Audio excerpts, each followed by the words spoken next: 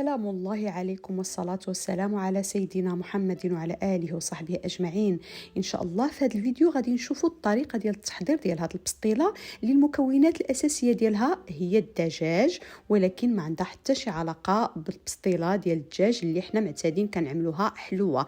هذه مالحة، المذاق ديالها قريب للبسطيلة ديال السمك أو ديال الحوت، لكن ما عندها حتى شي علاقة بالسمك، ما فيها حتى شي مكون عنده علاقة بالحوت. وغادي نمروا المقادير وطريقه التحضير. كمكون اساسي غادي نحتاجوا دجاجتين كبار اللي غادي يكونوا طبعا مغسولين ومرقدين ودازوا من المراحل ديال التنظيف كامله. بغيتوا تحتفظوا بالجلده ديالهم غادي يكون احسن، ما بغيتوش غادي تخليو داك الشحيمات اللي كيكونوا لاصقين على اللحم باش ملي نشويو الدجاج في الفران يبقى لنا اللحم فتي.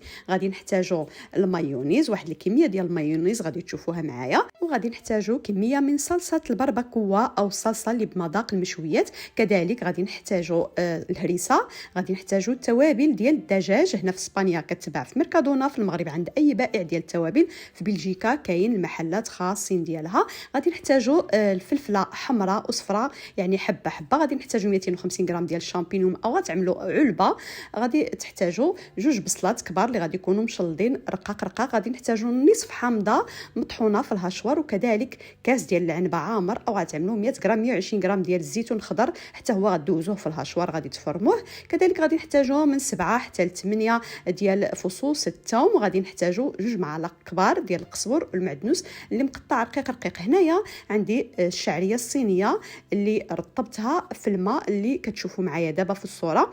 عملت داك العويدات ديال القزبر المعدنوس، طريف ديال البصله، الثومه، وريقه الرند، وعملت واحد القطعه ديال الدجاج، شويه ديال الملحه، كذلك زيت الزيتون، عملت شويه ديال الابزار وخليتهم كيغليو مزيان، وبهم رطبت داك الشعريه الصينيه باش غتعطيني واحد النكهه اللي هي بنينه او لذيذه بزاف. ممكن تستغناو على هذا الشيء كله الى عكستو وتكتفيو فقط بمكعب مرق الدجاج اللي غادي تذوبوه في الماء اللي سخون، وغادي ترطبوا به الشعريه ديالكم في واحد الاناء. غادي نعملوا من 2 حتى 3 ديال المعالق كبار ديال المايونيز، واحد الملعقه حتى الملعقه ونص ديال الصلصه اللي بنكهه المشويات. كذلك غادي نزيدوا العطريه او التوابل ديال الدجاج تقريبا 2 معالق كبار. كذلك غادي نزيدوا الهريسه حسب الذوق. انا هنايا عملت ملعقه صغيره، ممكن نتوما تعملوا 2 تعملوا وحده، ممكن تلغيوها نهائيا اللي ما كيعجبوش الحار، لكن كنصيحه ضروري من شويه ديال الحار لان كيعطي واحد البنه اللي ما تشبعوش منها في هذه البسطيله.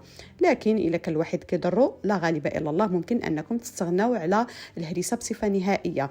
غادي نضيف القليل من الملحه، ما عملتش بزاف واخا عندي كميه كبيره ديال الدجاج، يعني 2 ديال الدجاجات كبار، ماشي هذيك هي الكميه ديال الملحه اللي كيستحقوا، لكن حنا عندنا الحامض مصير، كذلك عندنا الهريسه، كذلك عندنا الزيتون، خصنا نعملوا حسابهم، يعني كل شيء غادي يكون مملح. صافي هنايا غادي نبدا نشرمل الدجاج ديالي او نتبلهم بداك الخلطه اللي عملت بحال اللي كتشوفوا معايا. كنشرملهم مزيان وكندخل داك التوابل حتى في داك الجريحات اللي عملت في القطع ديال الدجاج، وغادي نغطي الاناء ديالي وندخلو الثلاجه. انا خليتهم ليله كامله، ممكن انكم تخليوهم 2 حتى 3 ساعات يكفي. في واحد المقله غادي نعمل واحد الكميه ديال الزيت، تقريبا نصف كاس ديال الزيت عملت هنايا، وغادي نزيد عليهم البصله اللي عندي مقطعه رقيقه رقيقه بحال اللي كتشوفوا، وخصني نقليها مزيان حتى تطيح. وغادي نغطي المقله ديالي ونخليها واحد الوقت، يعني حتى نحس بها طابت. مره كنمشي نحرك عاوتاني كنرجع نغطيها. ملي كنشوفها طاحت مزيان كنبدا نزيد المكونات الاخرى.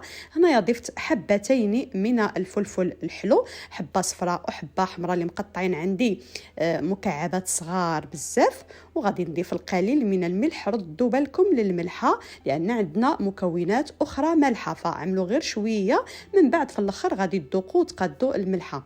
صافي غادي نغطي عاوتاني هاد المكونات باش طيح حتى الفلفله. هادو هما المكونات اللي بغيناهم يطيبوا، البصله والفلفله فقط، اما المكونات الاخرى فما كتحتاجش الوقت بزاف على النار.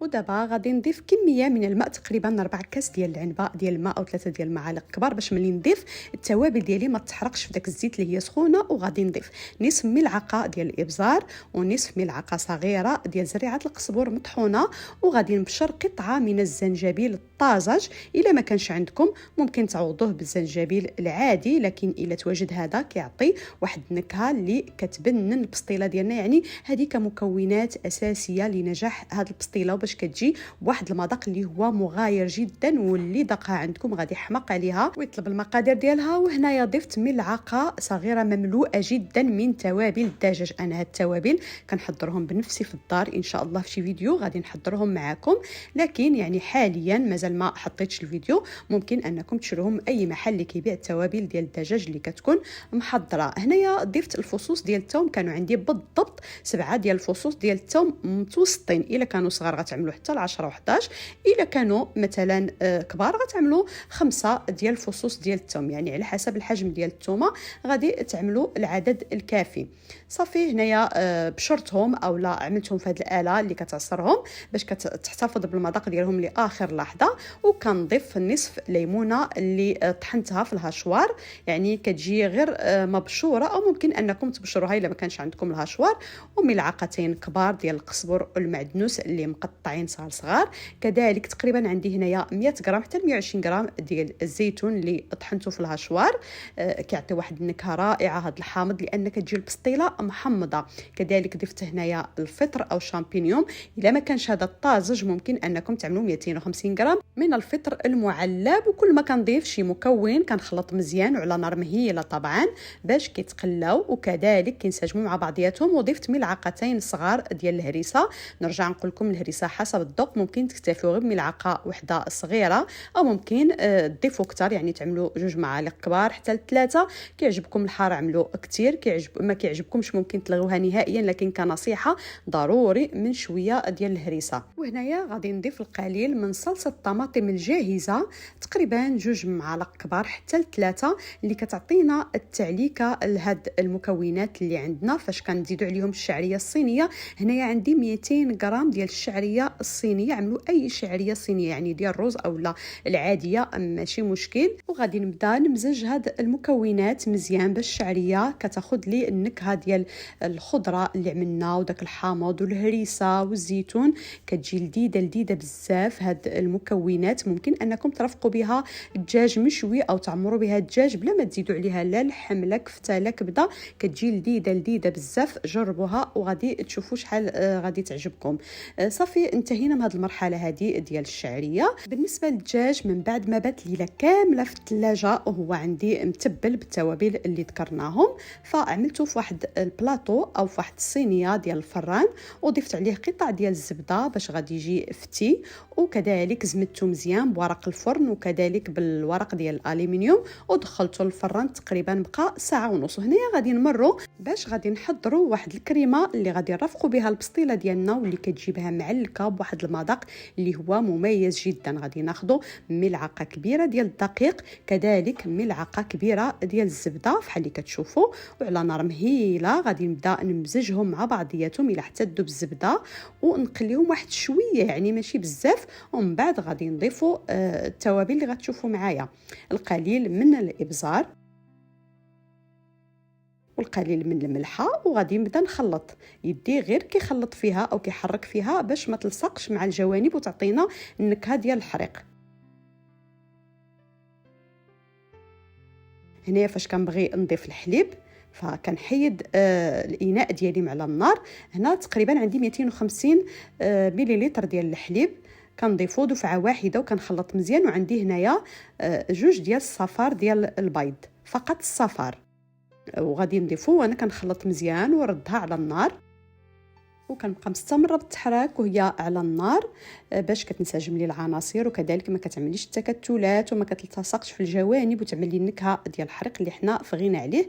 بغينا الكريمه ديالنا تجي مضبوطه 100%. صافي غير غادي تبدا تعقد. غادي نضيف 200 غرام ديال الجبن المبشور، اي جبن مبشور عندكم غادي تضيفوه، لكن 200 غرام يعني هي كتبغي واحد الكميه كثيره ديال الفرماج او ديال الجبن. انا عندي هنايا بالضبط 200 غرام. ممكن هاد الكميه تقسموها على جوج، يعني تعملوا ملعقه صغيره ديال الدقيق، ملعقه صغيره ديال الزبده، قليل من الابزار، قليل ديال الملحه، وتعملوا 125 ملل ديال الحليب، وصفار بيضه واحده، و100 غرام ديال الجبن. يعني ما تعملوش واحد الكميه كثيره، لان انا ملي عملتها على البسطيله بقى لي واحد شويه، فإلا بغيتوا تعملوا نصف الكميه بلا ما تبقى لكم شيطه، انا استعملتها يعني في وصفه اخرى، فيستحسن انكم تعملوا غير نصف الكميه. هنايا الدجاج كان طايب مزيان مزيان، فداك المرقه اللي طلق حنا ما عملنا له ما لا والو، هذا غير المرقه ديال الدجاج، داك الماء اللي طلق الدجاج ديالنا، فعملته في واحد الكاسرول وعملته على نار مهيله وخليته يطيب حتى يشرب مزيان.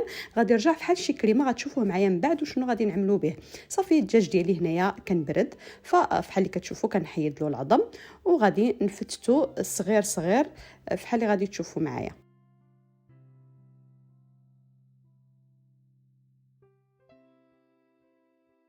كنكتفيو غير باليديدات ديالنا او بالاصابع، حنا كنفتتوه. هنايا شوفوا داك المرقه اللي حيدنا من الدجاج من بعد ما طابت رجعت كريميه بحال شي سيرو، غادي نضيف منها شويه على هاد الدجاج اللي حنا جهزناه بحال اللي كتشوفوا معايا، وغادي نبدا نخلط لان التوابل كامله بقات في داك المرق، فعلاش غنضيعوهم؟ حنا نبغيو نكهو بهم. هاد الدجاج ديالنا كيعطي واحد النكهه رائعه رائعه جدا صراحه. هاد البسطيله الا جربتوها غادي ترجعوا مدمنين عليها، خاصه الناس اللي ما كيعجبهمش الحلو مع المالح. فمن بعد ما خلطت مزيان الدجاج اللي ضفت عليه المرق، وكل قطعه ديال الدجاج خدات حقها من المرق، غادي نحطوه على جنب، وغادي نبدا هنايا نوجد باش نلف البسطيله ديالي. انا خديت جوج اكياس ديال الورق الفيلو.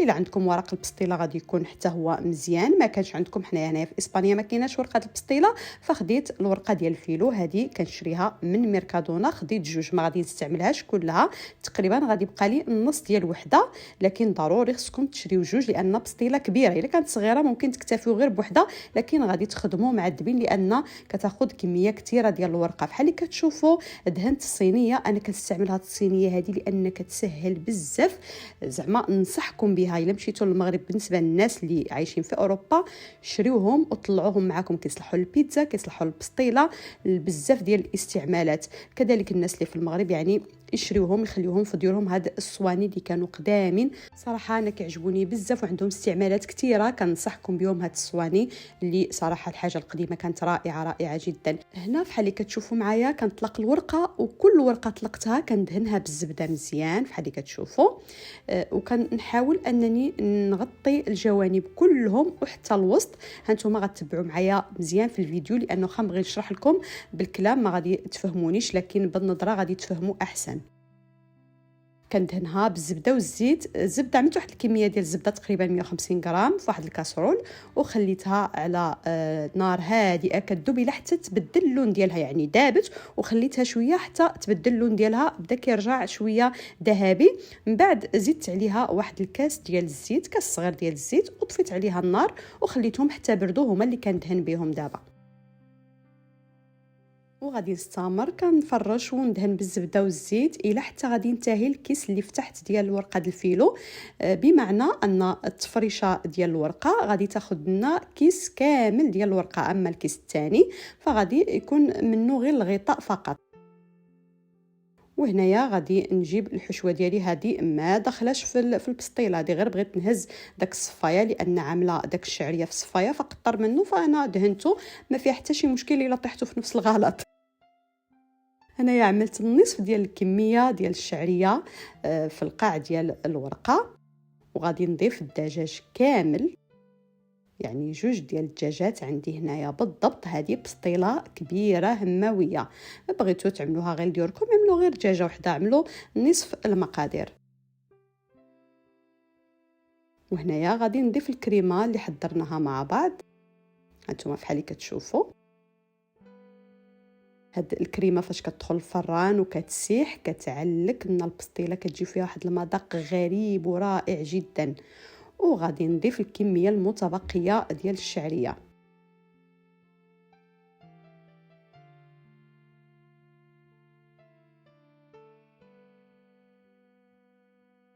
وغادي نبدا نلف الورقه سهله جدا وختقطع معاكم، ما تخافوش منها، لان في الفران كتسوده، هي كترقع راسها وكتجي رائعه جدا هاد الورقه. وعلى فكره هاد الورقه واخا كتبات عندكم اليوم التالي الا دخلتوها الفران تسخن كتقرمش بحال اللي عاد عملتوها. هذه هي المميزات اللي كاينه في هذه الورقه د الفيلو، العكس ديال الورقه د البسطيله كترطابي الا باتت، هذه كتقرمش مزيان، بالعكس كتزيان في اليوم التالي. هانتوما سهله الجميع نهائيا، ما فيهاش شي صعوبه.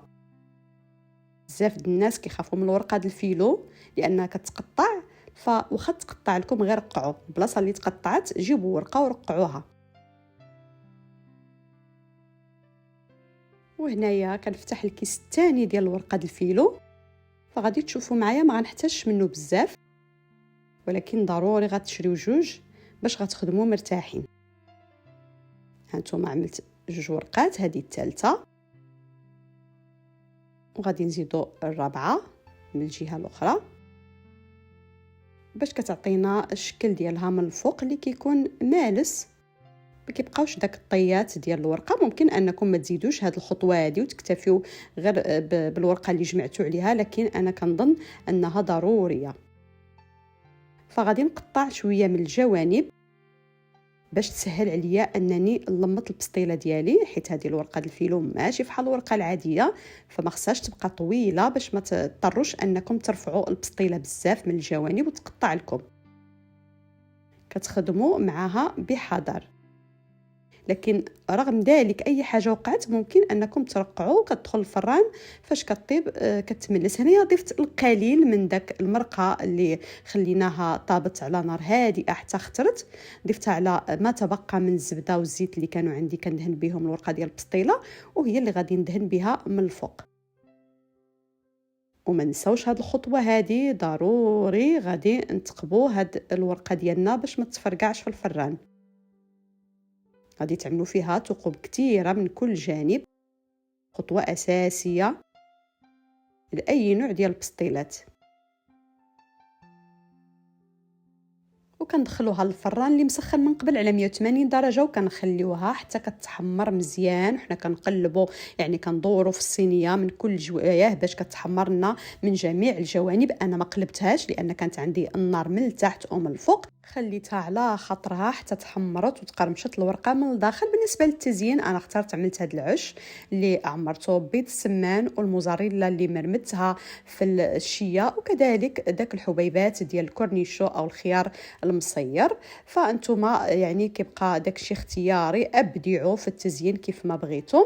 ممكن تعملوا هذا العش هذا فقط شرائط ديال الورقه ديال البسطيله او ديال الفيلو، دهنتهم بشويه ديال الزبده اللي مخلطه مع داك المريقه اللي بقات لي، وشكلت بها دائره فوق البسطيله. يعني من الاول ملي دخلت البسطيله كانت فوق منها داك الدائره، وملي خرجت عمرتها بالموزاريلا وبيض السمان. وهنايا غادي نكون وصلت معكم نهايه الفيديو، الى فيديو اخر ان شاء الله. استودعكم الله، والسلام عليكم ورحمه الله تعالى وبركاته.